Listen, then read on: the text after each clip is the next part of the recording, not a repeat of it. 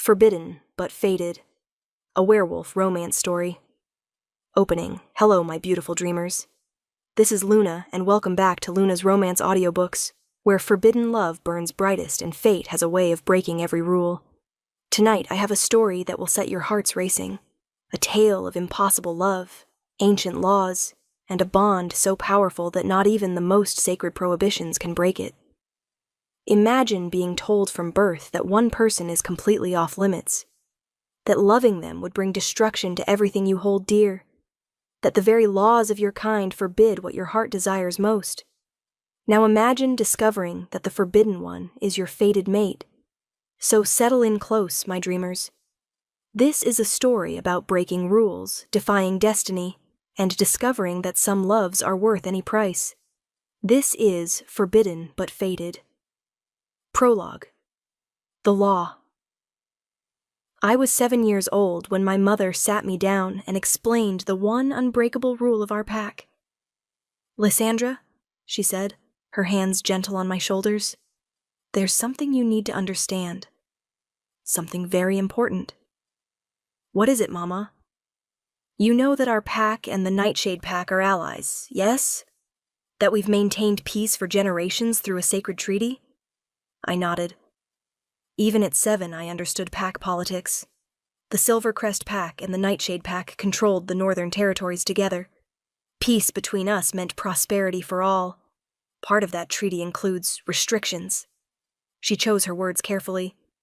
The alpha heir of each pack is forbidden from bonding with anyone from the other pack, to preserve the bloodlines, to prevent one pack from absorbing the other through marriage. I don't understand. The Nightshade Alpha has a son, Kyle. He's a few years older than you. Her expression was serious. You are our alpha heir, Lysandra, which means you and Kale Nightshade can never be together. Not as friends, not as pack mates, and certainly not as anything more. Why not? Because the treaty says so. Because our ancestors decided it was the only way to maintain balance. She pulled me close. "Promise me, little one. Promise me you'll never break this law. The consequences would be catastrophic." I promised. I was 7. I didn't understand what I was promising. I didn't know that 10 years later I'd meet Kale Nightshade at the annual summit. I didn't know that one look into his steel-gray eyes would change everything. I didn't know that the moon goddess had a cruel sense of humor. Because Kale Nightshade, the one person in the entire world I was forbidden to love, was my fated mate. And the moment our eyes met across that crowded hall, the bond snapped into place with a force that brought me to my knees. He was forbidden to love me. I was forbidden to love him. But fate didn't care about ancient treaties, and neither did our wolves. Chapter 1. The Summit. 17 years old, and I was already exhausted by pack politics. "Stand up straight, Lysandra," my father murmured as we entered the summit hall. "Remember, you represent Silvercrest. Every eye will be on you." I resisted the urge to roll my eyes. The annual summit was a gathering of all the northern packs. A week of negotiations, alliances, and carefully choreographed social events designed to maintain the delicate balance of power. As alpha heir, I'd been attending since I was 10, and every year I hated it more. The hall was magnificent, all soaring ceilings and crystal chandeliers filled with the most powerful wolves in the territory. Alphas, betas, heirs from every pack. And somewhere in this crowd was Kale Nightshade. I'd seen him from a distance over the years, always carefully avoiding him, as the treaty demanded. He was a few years older, 20 now, and already acting as his father's second in command. I knew he had dark hair and gray eyes, knew he was tall and built like a warrior, knew his reputation as a fierce fighter and brilliant strategist. But I'd never spoken to him, never gotten close enough to catch his scent. Until tonight. "The Nightshade delegation," someone announced, and the crowd parted. Alpha Theron Nightshade entered first, a formidable man with silver threading his black hair. Beside him walked a woman who must be his Luna, elegant and poised. And behind them, my breath caught. Kyle Nightshade was devastating. Taller than I'd realized, with broad shoulders and a lean, muscled frame that moved with predatory grace. His dark hair was slightly long, falling into those steel-gray eyes that seemed to see everything. He wore formal black, the Nightshade crest embroidered in silver on his jacket. Power radiated from him like heat, his alpha presence unmistakable even though he hadn't yet taken his father's title. I couldn't look away. Then his head turned as if sensing my stare. Our eyes met, and the world exploded. The mate bond slammed into me like a physical force. Golden light bursting behind my eyes, a tether snapping into place between us. Every nerve ending in my body suddenly alive and screaming, mine. My wolf surged forward, desperate, needy, recognizing her other half. And from the way Kale's eyes flashed pure gold, the way his entire body went rigid, I knew he felt it too. Mate? Fated mate. The one person I was absolutely, completely, utterly forbidden to have. Lysandra? My father's voice cut through the haze. Are you all right? You've gone pale. I couldn't answer, couldn't breathe, couldn't think beyond the devastating reality crashing over me. Kyle was still staring at me, his expression a mixture of shock, longing, and something that looked like despair. He knew. Of course he knew. The treaty between our packs was famous. We'd both been raised knowing this one unbreakable rule. I managed. I need some air.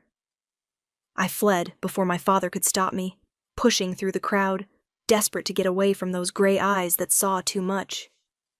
I made it to the gardens before the tears came. This couldn't be happening. Of all the wolves in all the territories, why him? Why the one person I couldn't have? Lysandra. I spun to find Kale standing there, having followed me out. In the moonlight he was even more beautiful, and the bond between us hummed with desperate need. Don't, I said, my voice breaking. Don't come any closer. I felt it too. His voice was rough, pained. The moment I saw you, we can't. I wrapped my arms around myself. You know we can't. The treaty. Damn the treaty. He took a step forward, and I could smell him now, pine and steel in winter storms, the most intoxicating scent I'd ever experienced. You're my mate, my fated mate. The moon goddess chose you for me. And our packs forbid it. Tears streamed down my face. If we acknowledge this bond, if we act on it, it could destroy the alliance, could start a war between Silvercrest and Nightshade. So what? We just ignore it? Pretend we didn't feel it? His hands clenched. Pretend my wolf isn't screaming at me to claim you right now. Yes.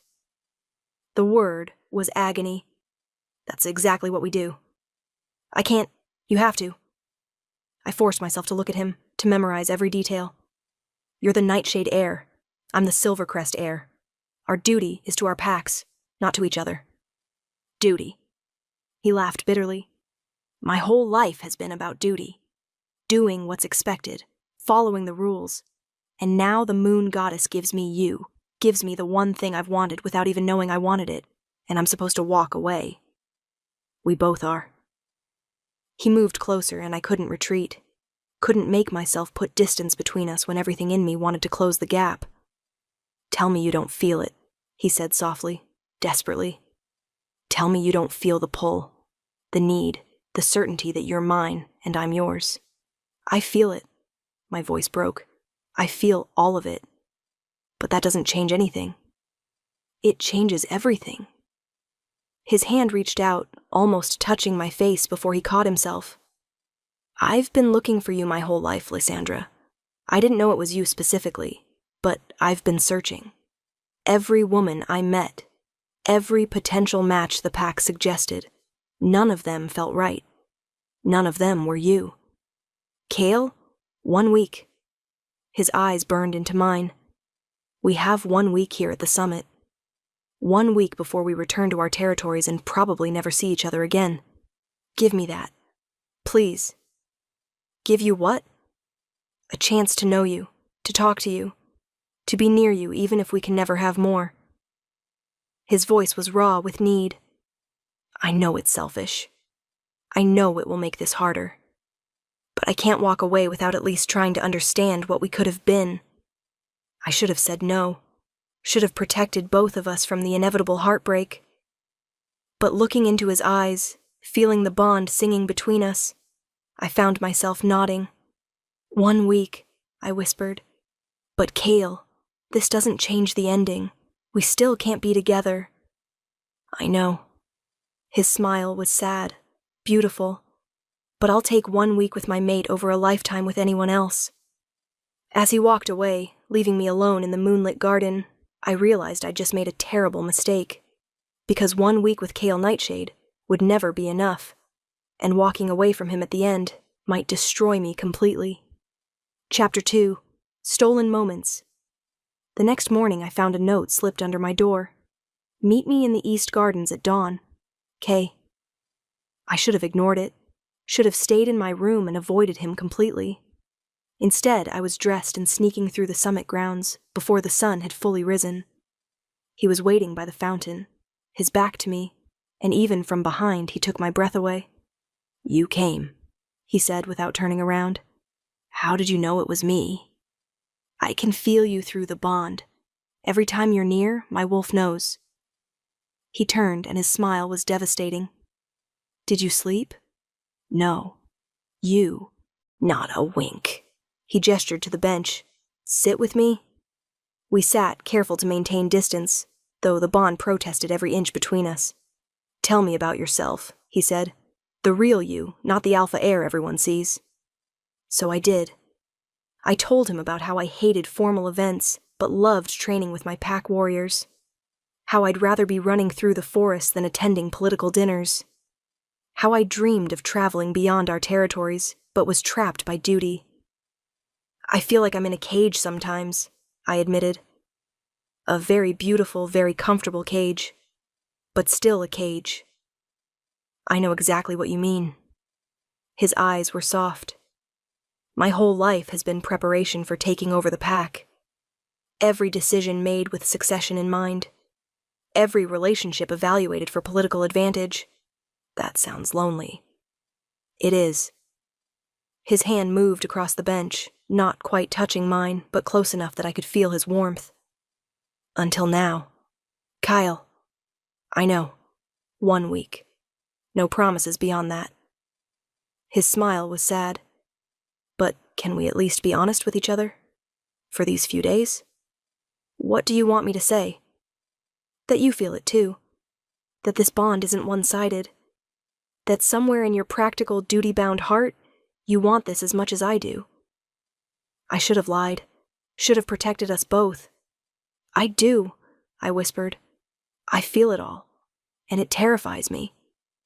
His hand finally touched mine, just our fingers intertwining, and the bond blazed gold between us.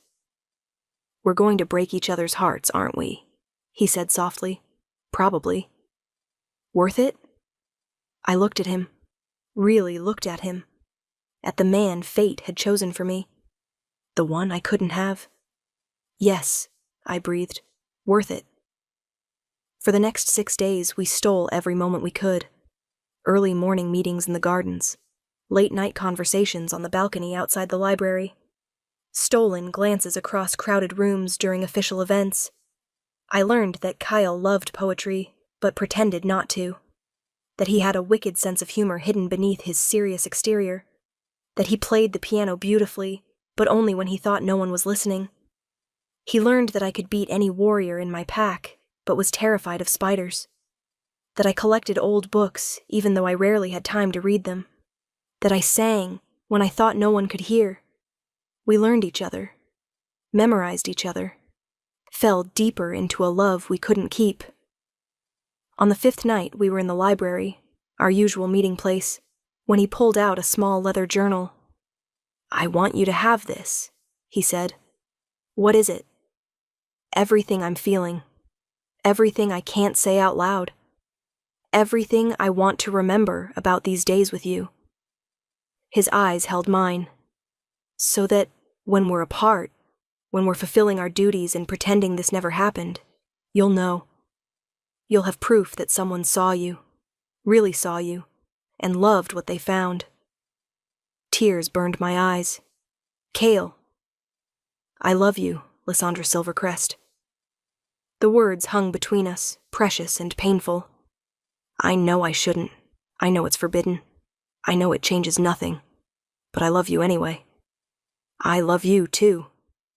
The admission broke something inside me. Moon goddess, help me. I love you, too. He kissed me then. Our first kiss. Our only kiss.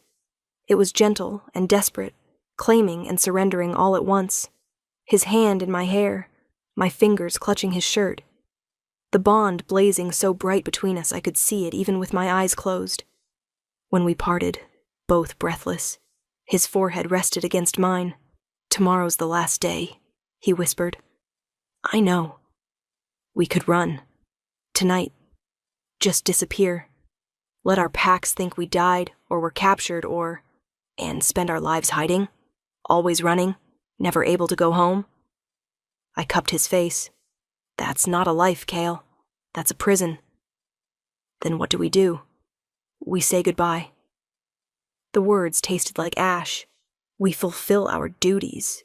We find other mates, approved ones, and we live the lives we're supposed to live. I don't want another mate. Neither do I. But we don't have a choice. His laugh was broken. The moon goddess is cruel. She gave us 1 week. Maybe that has to be enough. But we both knew it would never be enough. That night, I lay awake in my room, clutching his journal, reading his words. I don't believe in love at first sight. Or I didn't, until I saw you. You walked into that hall like you owned it, all fire and grace and fierce beauty. And my wolf knew, before our eyes met, before the bond formed. He knew you were ours. I wonder if you understand what you are to me, not just my fated mate, though that's miracle enough, but your hope. Proof that there's more to life than duty and obligation, that somewhere in this carefully controlled existence, there's still room for magic. I'll never forget you, Lysandra. Even when I'm old and mated to someone else, even when I'm Alpha and you're leading Silvercrest, I'll remember these days. These stolen moments, this impossible love. You asked me once what I wanted most in life. I told you peace for the packs. I lied. What I want most is you. Just you. Always you. I cried until there were no tears left. And in the morning, when the summit ended and our packs prepared to leave, I watched Cale Nightshade ride away without looking back. The 1 week was over, and my heart went with him. Chapter 3. The Curse. 3 months later, everything fell apart. I was in a council meeting when the messenger arrived, breathless and panicked. Alpha! The northern border, there's been an incident. My father stood immediately. What kind of incident? The Nightshade heir. He's unconscious, dying. Some kind of curse. The room spun. What? He was on patrol when it happened. Collapsed suddenly. Their healers can't wake him. Can't figure out what's wrong. The messenger looked terrified. Alpha Theron is requesting aid, asking if Silvercrest's healers might know something they don't. Of course. We'll send our best. My father turned to me. Lysandra, you've studied ancient healing more than anyone. You should go. Me? The alliance between our packs is crucial. If the Nightshade heir dies. He didn't finish the sentence. Didn't need to. Kyle's death would devastate Nightshade. Might even lead them to suspect foul play from us, which meant I had to save him. Even if seeing him again would destroy me. I arrived at Nightshade territory with our healers 2 hours later. The pack house was chaos, warriors everywhere, healers running between rooms, the scent of fear and desperation thick in the air. Alpha Theron met me at the entrance. He looked 10 years older than he had at the summit. Lysandra Silvercrest, thank you for coming. Where is he? This way. He led me to Cale's chambers, and my heart stopped. Cale lay in his bed, pale as death, barely breathing. Dark veins spread across his skin like poison, pulsing with unnatural shadow. I was at his side before I could think, my hand finding his. The bond flared weakly, barely there, and terror shot through me. "What happened?" I demanded. "We don't know." Theron's voice was ragged. "He was fine yesterday. Went on patrol this morning. An hour later, he collapsed. We found these marks appearing on his skin, and he hasn't woken since." I studied the dark veins carefully. They looked familiar. Too familiar. "This is old magic," I said slowly. "Very old. A binding curse." "What kind of binding?" "The kind that punishes forbidden bonds." My blood ran cold. Someone knew about us. About the mate bond between Cale and me. The room went silent. "Your mates?" Theron whispered. "But the treaty?" "I know." I couldn't look away from Cale's pale face. "We met at the summit. The bond formed. We spent 1 week together, then went our separate ways. We didn't act on it beyond that. Didn't break the treaty. But someone found out anyway." One of Nightshade's healers stepped forward, an elderly woman with sharp eyes. "This curse, I've read about it. It's designed to punish forbidden mate bonds, to force a choice." "What choice?" "The bond must be completed or broken. Fully, irrevocably, one way or the other." Her expression was grim. "If the bonded pair try to ignore it, try to exist in limbo, the curse kills them both." "Both?" My hands shook. "You mean You'll start showing symptoms soon, within hours probably. The curse affects both mates equally." I looked down at my hands. Already I could see the faint shadow of dark veins beginning to appear. "How do we break it?" Theron demanded. "Complete the bond. Mark each other, claim each other, become true mates. Or reject each other completely, sever the bond forever." The healer's voice was soft. "But rejection of a fated mate bond is difficult, painful. Many don't survive it." "And if we complete it?" I asked. "If we mark each other?" "The curse breaks, but you'll be bonded for life. And the treaty will be violated. Yes, I understand." I stood on shaking legs. "Can I have a moment alone with him?" Theron hesitated, then nodded. 5 minutes. When the room cleared, I sat beside Cale, taking his cold hand in mine. "I'm sorry," I whispered. "I'm so sorry. This is my fault. I should have been stronger. Should have rejected you at the summit instead of giving us that week." But even as I said it, I knew it was a lie. That week with Cale had been worth any price. Even this one. "Wake up," I begged, tears streaming down my face. "Please wake up. I need you to wake up so we can figure this out together." His hand twitched in mine. His eyes fluttered. And then, miracle of miracles, they opened. Those steel-gray eyes found mine, and despite everything, he smiled. "Lysandra," he breathed, "you're here." I'm here, and I'm not leaving." "The curse." "I know. They told me." I gripped his hand tighter. "We have a choice to make. Complete the bond or reject it." "Yes." He struggled to sit up and I helped him, my heart breaking at how weak he was. "If we complete it, we violate the treaty," he said. "Our packs could go to war." "I know." "If we reject it, we might not survive." "I know that too." He cupped my face with a trembling hand. "What do you want to do?" I looked at him, this man I'd known for 1 week but loved with my entire soul, this forbidden mate who wasn't supposed to be mine. "I want to be selfish," I whispered. "For the first time in my life, I want to choose what I want instead of what I should want." "Then choose." His eyes held mine.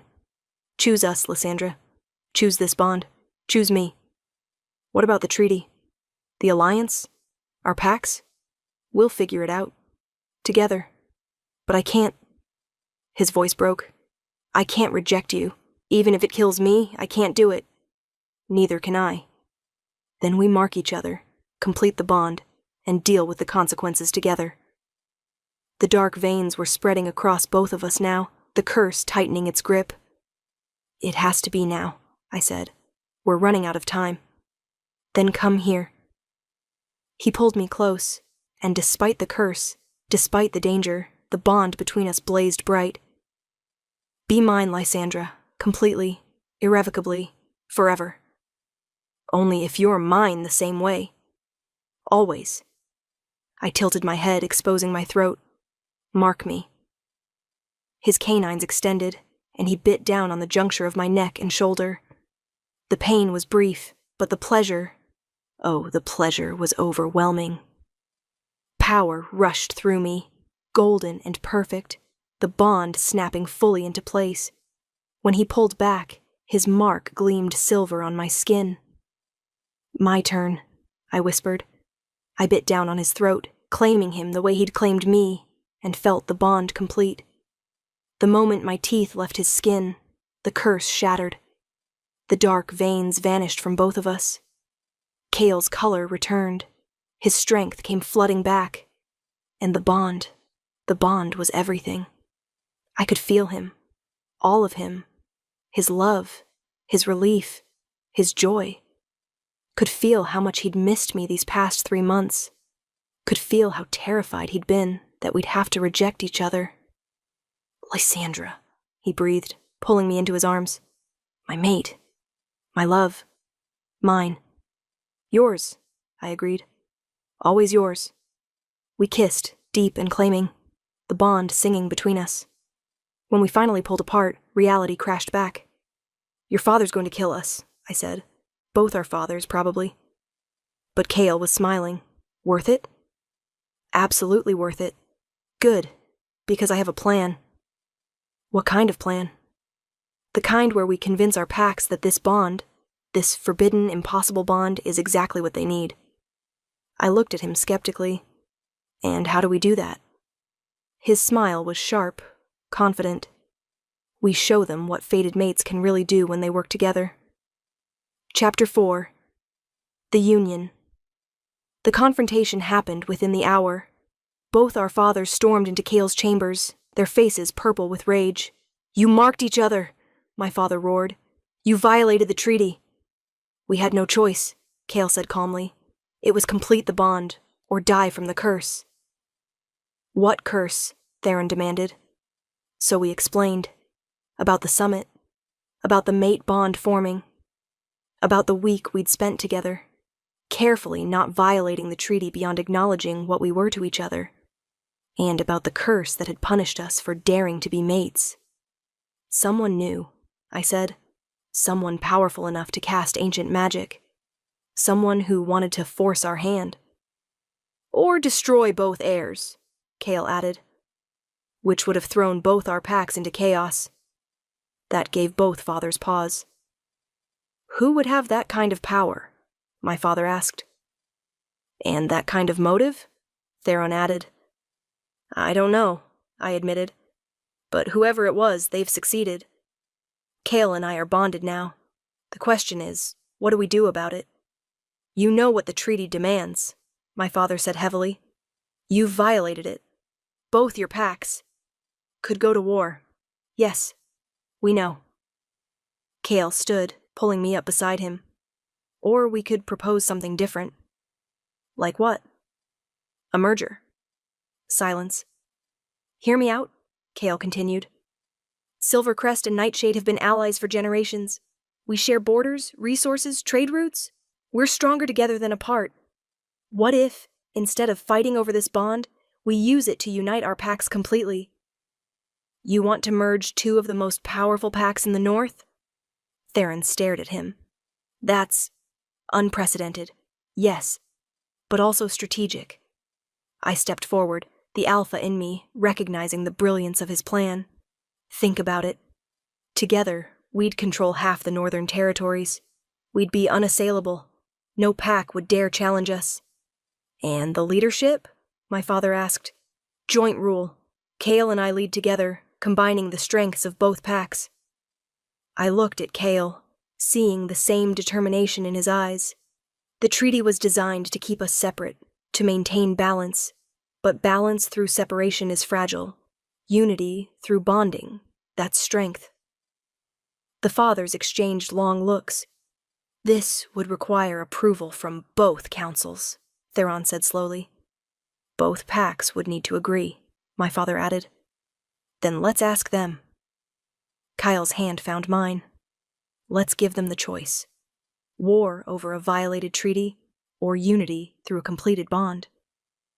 It took 3 days of intense negotiations. 3 days of council meetings, pack assemblies, and heated debates. But slowly, support built. The younger wolves loved it. A love story for the ages. Forbidden mates choosing each other over duty.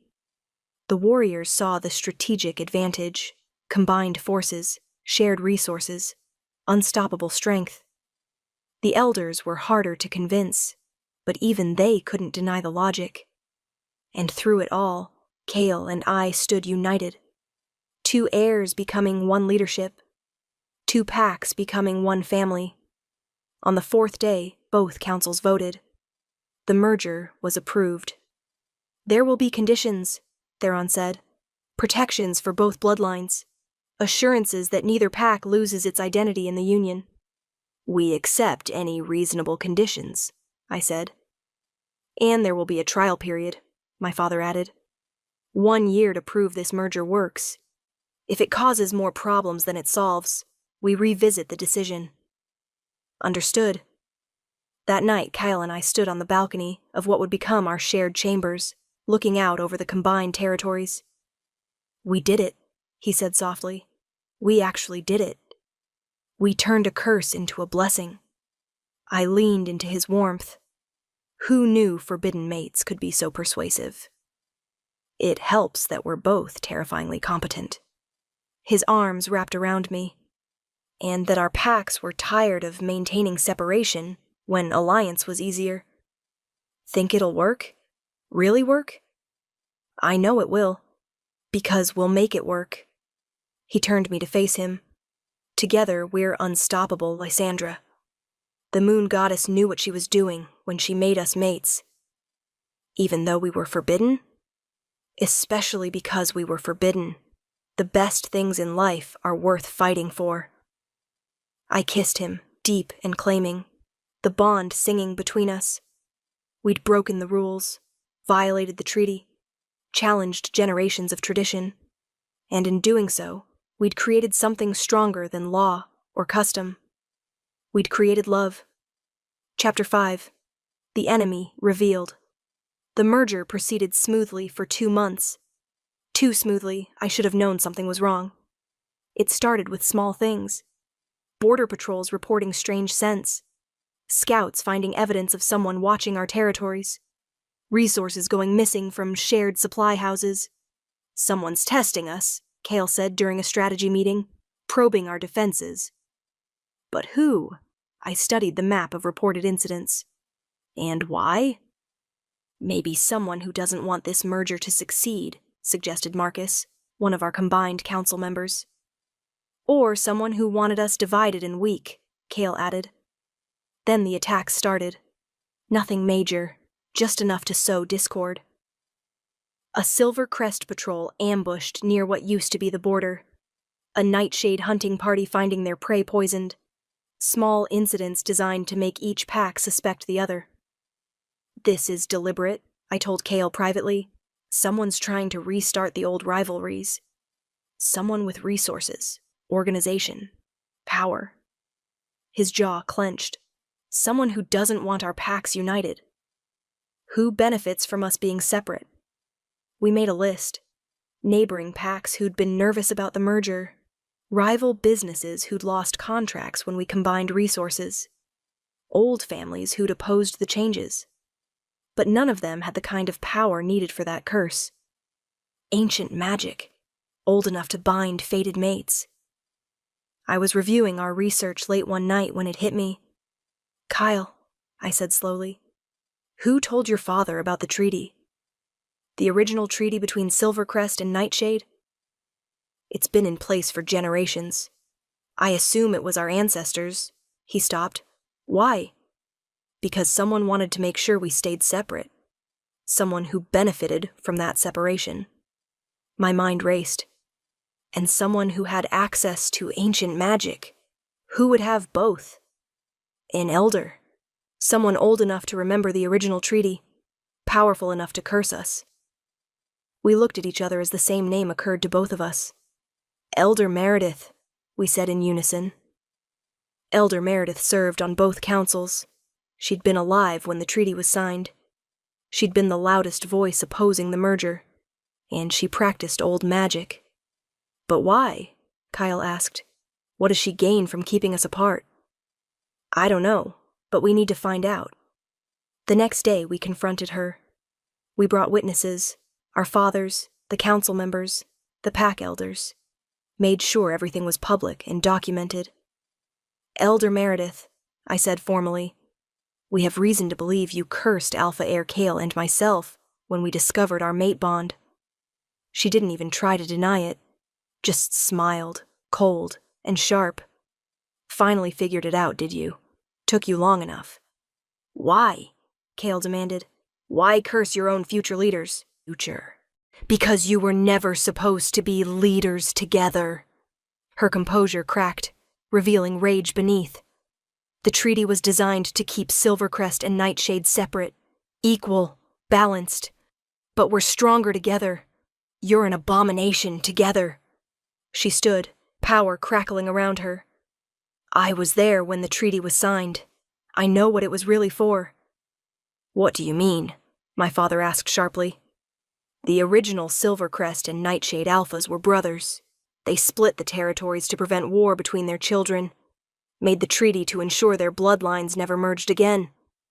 Her eyes fixed on us. Because merged, their power would be unstoppable, would threaten every other pack in the region.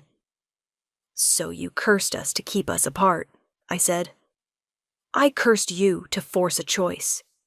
Thought you'd be smart enough to reject each other, spare yourselves the pain. Her laugh was bitter. But you chose love over duty, chose each other over your pack's safety. Our packs are safer united, Kale argued. Your packs are targets united, don't you see? Separately, you're strong. Together, you're a threat. Every pack from here to the coast will be looking for ways to bring you down. Let them try, I said coldly. We're not afraid. You should be. She looked at us with something like pity. I tried to save you from this fate, from the burden of that much power, that much responsibility. By trying to kill us? By trying to give you an out. But you wouldn't take it, she sighed. So now you'll learn the hard way. Power like yours attracts enemies. And love. Love makes you vulnerable. Love makes us stronger, Kale countered. We'll see. She turned to the councils.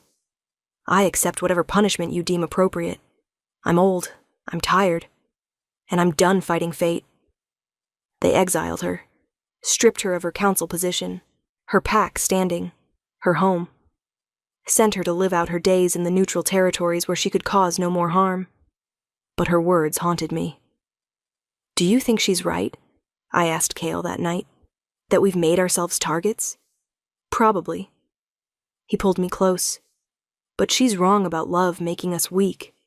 Love gave us something to fight for. Something worth protecting. Each other. Each other. Our packs. This union we've built. His hand covered my heart. I'd rather face 1,000 enemies with you at my side than be safe and alone. Good thing I feel the same way. As we lay together, the bond humming between us, I thought about fate and choice and forbidden love. We'd broken every rule to be together, and we'd do it again in a heartbeat. Chapter 6. The Challenge. The challenge came 6 months after Meredith's exile. Alpha Dorian of the Western Territories sent formal notification. He was invoking the old laws to challenge our leadership.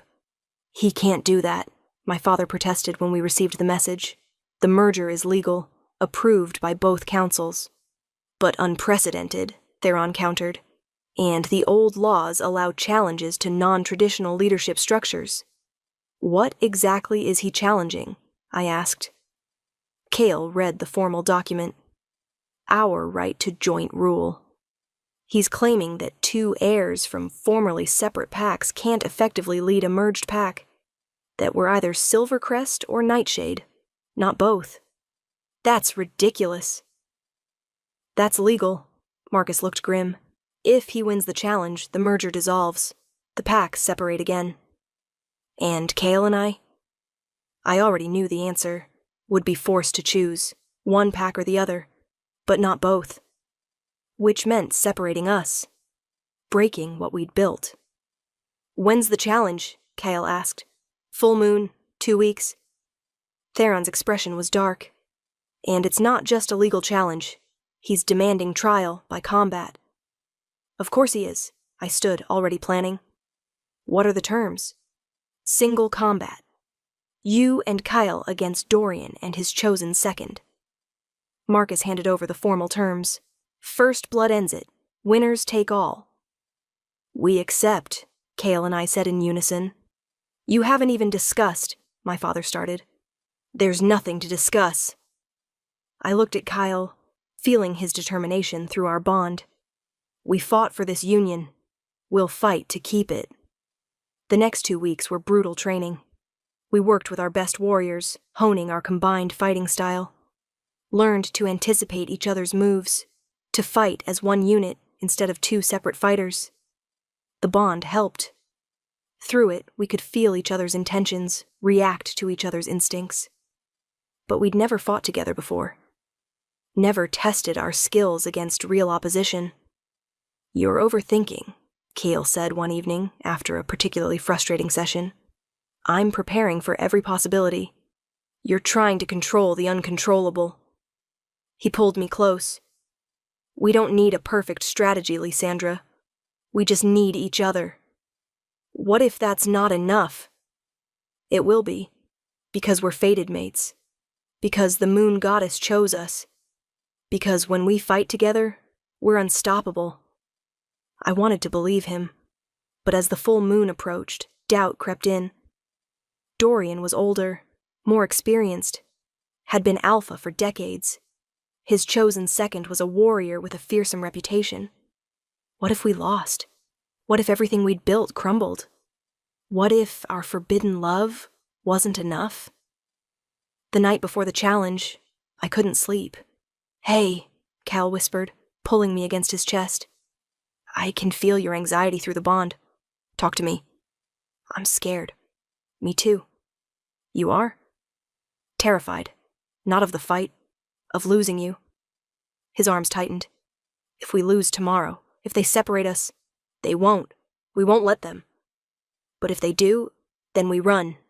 We leave everything and disappear. Because I'm not losing you, Kale. Not now. Not ever. His kiss was fierce, claiming. Promise me something. Anything. If it comes down to it, if you have to choose between me and your pack, I choose you, always you.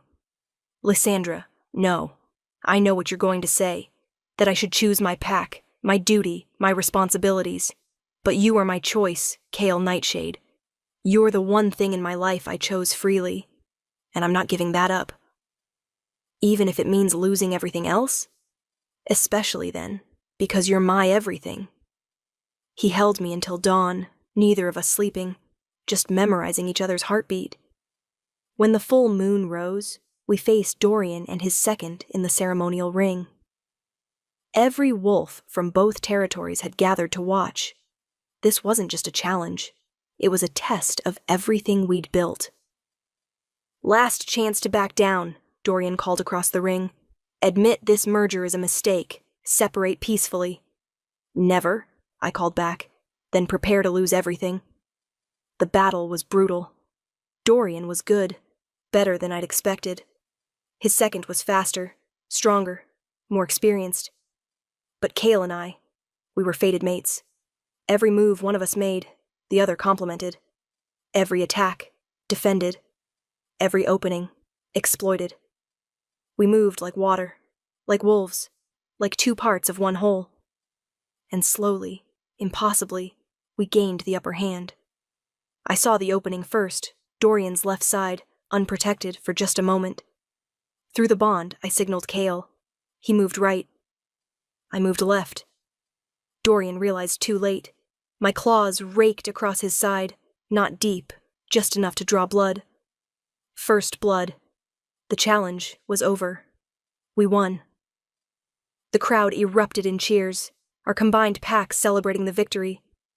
But all I could see was Kale, bloodied and beautiful, looking at me like I'd hung the moon. "We did it," he breathed. "We did it together." He kissed me in front of everyone, and I didn't care who saw. We'd fought for this love, this forbidden, impossible love. And we'd won. Chapter 7. The Coronation. 1 year after the merger, we were crowned, not as separate alphas, not as Silver Crest or Nightshade heirs, as joint rulers of the United Northern Pack. The ceremony was magnificent, both our fathers passing their authority to us together, the councils affirming our leadership, the packs pledging their loyalty. "I, Lysandra Silvercrest, accept the mantle of Alpha," I said, my voice carrying across the assembled wolves. "I, Kale Nightshade, accept the mantle of Alpha," Kale echoed. "Together," we said in unison. "We pledge to lead with wisdom, strength, and unity." The crowd roared its approval.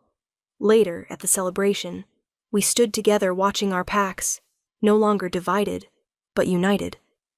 "Your mother would be proud," Theron said, approaching us. "Both your mothers would be." "Thank you," Kale said softly. "I was wrong to oppose the merger," my father admitted. "Wrong to think the old ways were better. You've proven that love can be stronger than law, that choosing each other was choosing the future." "We couldn't have done it without your support," I said. "Both of you." "You would have found a way." Theron smiled. "You're both too stubborn to fail." As the celebration continued, Kyle pulled me onto the balcony. "I have something for you," he said. "More gifts? You gave me a crown." "This is different." He pulled out a familiar leather journal, the one he'd given me at the summit. "I found something in the library, a historical record from when the treaty was first signed." "What did it say?" "That the original Alphas, the brothers who split the packs, they were fated mates too." I stared. "What?" "They were bonded to 2 sisters. The treaty was created not just to prevent their children from merging the packs, but because their bondings had caused complications, political issues, power struggles." His eyes found mine. "Sound familiar?" "They were like us." "They were us. Forbidden mates choosing love over politics." He opened the journal to a marked page. "And there's a prophecy, written by one of the sisters before she died." I read the carefully transcribed words. "When shadow falls and packs divide, 2 heirs will meet, their fate aligned. Forbidden love, forbidden bond, will unite what was torn beyond. Through trial and curse and bitter fight, they'll forge a pack both dark and light. And in their union, strength will grow, the future built on love, not woe. We fulfilled the prophecy," I whispered. "We became what they couldn't be, what they hoped their descendants might achieve." His hand covered my heart. "We weren't forbidden because we were wrong. We were forbidden because we were destined. To unite the packs. To show that love is stronger than law, that fate knows better than tradition." I kissed him, deep and claiming, the bond blazing bright between us. "I love you," I said against his lips. "My forbidden mate, my alpha, my everything." "I love you," he replied. "My rule breaker, my partner, my heart." As the full moon rose over our united territory, I thought about the journey we'd taken, from forbidden glances at the summit, to stolen moments in secret, to a curse that forced us to choose, to a merger that united our packs, to a love that defied every law. He'd been forbidden to love me. I'd been forbidden to love him. But fate didn't care about forbidden. and neither did we. Epilogue. 5 years later. Mama, Papa, watch this! I looked up from the council documents to see our daughter, Arya, practicing her shift in the training yard. At 4 years old, she was already showing signs of incredible power, the first child born from the united bloodlines, combining the strength of both packs. Very good, little moon, Kale called, pride evident in his voice. Beside Arya, her twin brother Kieran, quieter but equally powerful, shifted smoothly into his wolf form. They're getting stronger every day, I murmured, watching them play. Just like their mother. Kale's arm slipped around my waist. Speaking of which, how's the expansion project going? The Southern Territories have agreed to join the Alliance. That'll make 4 packs under our unified structure. I leaned into his warmth. Who knew our forbidden love would start a revolution? A peaceful revolution. He kissed my temple. Other packs are following our model. Mergers, alliances based on mate bonds rather than politics. Elder Meredith must be rolling in her grave. Actually, I heard from her last week. I turned to stare at him. What? She sent a letter. Apparently, she's been watching our progress from the neutral territories. Wanted to apologize. His smile was soft. Said she was wrong. That love didn't make us weak. It made us unstoppable. After trying to kill us with a curse, people can change. Even stubborn old elders. Movement from the doorway caught my attention. Marcus entered, followed by several council members. Alphas, we have news from the Western Territories. What kind of news? I asked. Alpha Dorian, the one who challenged you 5 years ago? Marcus grinned. His daughter just found her fated mate, from a rival pack. They want to know if we'd support a merger. Kyle and I exchanged glances. It's spreading, he said softly. The idea that love can unite instead of divide. That forbidden bonds might be exactly what the moon goddess intended. That night, after the children were asleep and the councils had concluded their meetings, Kale and I stood on our favorite balcony, the same one where we'd celebrated our coronation. 5 years, I said softly. Sometimes it feels like yesterday, sometimes like a lifetime. Best 5 years of my life.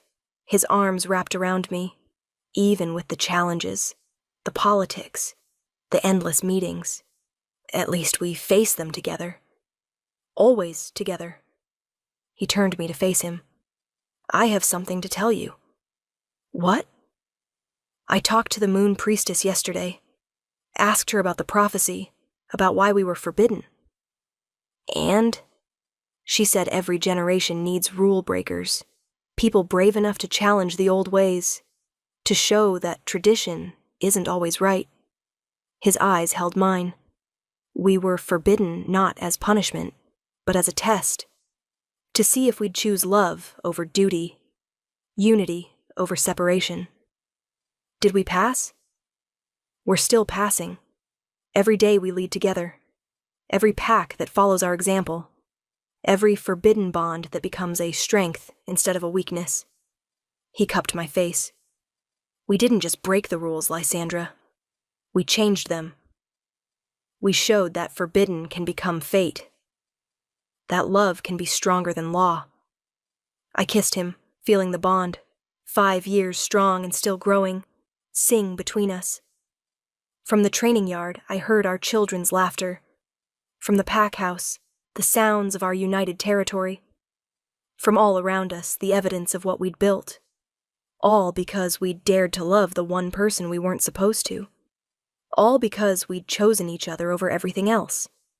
All because the moon goddess had blessed us with a forbidden bond that became our greatest strength. No regrets? Kale whispered against my lips. Not even one. Good, because I'm not done breaking rules with you yet. What rules are left to break? His smile was wicked. Let's find out together. As the moon rose over our united kingdom, blessing the forbidden love that had changed everything, I knew one thing for certain. He'd been forbidden to love me. I'd been forbidden to love him. But we'd loved each other anyway, and the moon goddess had been right all along.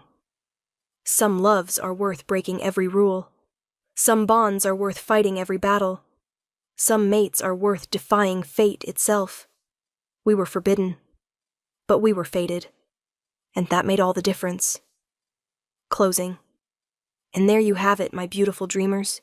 The story of Lysandra and Kale, proof that forbidden love can become the strongest bond of all. Did this story make your heart race? Did you believe in the power of defying destiny? Then show me some love. Hit that like button, drop a comment telling me which moment made you swoon, and subscribe to Luna's Romance Audiobooks so you never miss a story of impossible love. I want to know, would you choose love over duty? Would you risk everything for your fated mate? Tell me in the comments. And speaking of impossible choices, our next story is going to leave you breathless. It's called The Alpha's Secret Obsession, and it follows a she-wolf who discovers that the mysterious benefactor who's been secretly helping her pack is actually the exiled Alpha who was banished for a crime he didn't commit. He's been watching over her from the shadows for years, and when danger forces him to reveal himself, she'll have to decide if she can trust the man everyone says is a monster. Until next time, my dreamers, may your forbidden loves become your greatest strengths, your impossible bonds become your deepest connections, and your rule-breaking hearts always find their way home. This is Luna, signing off. Sweet dreams, beautiful souls.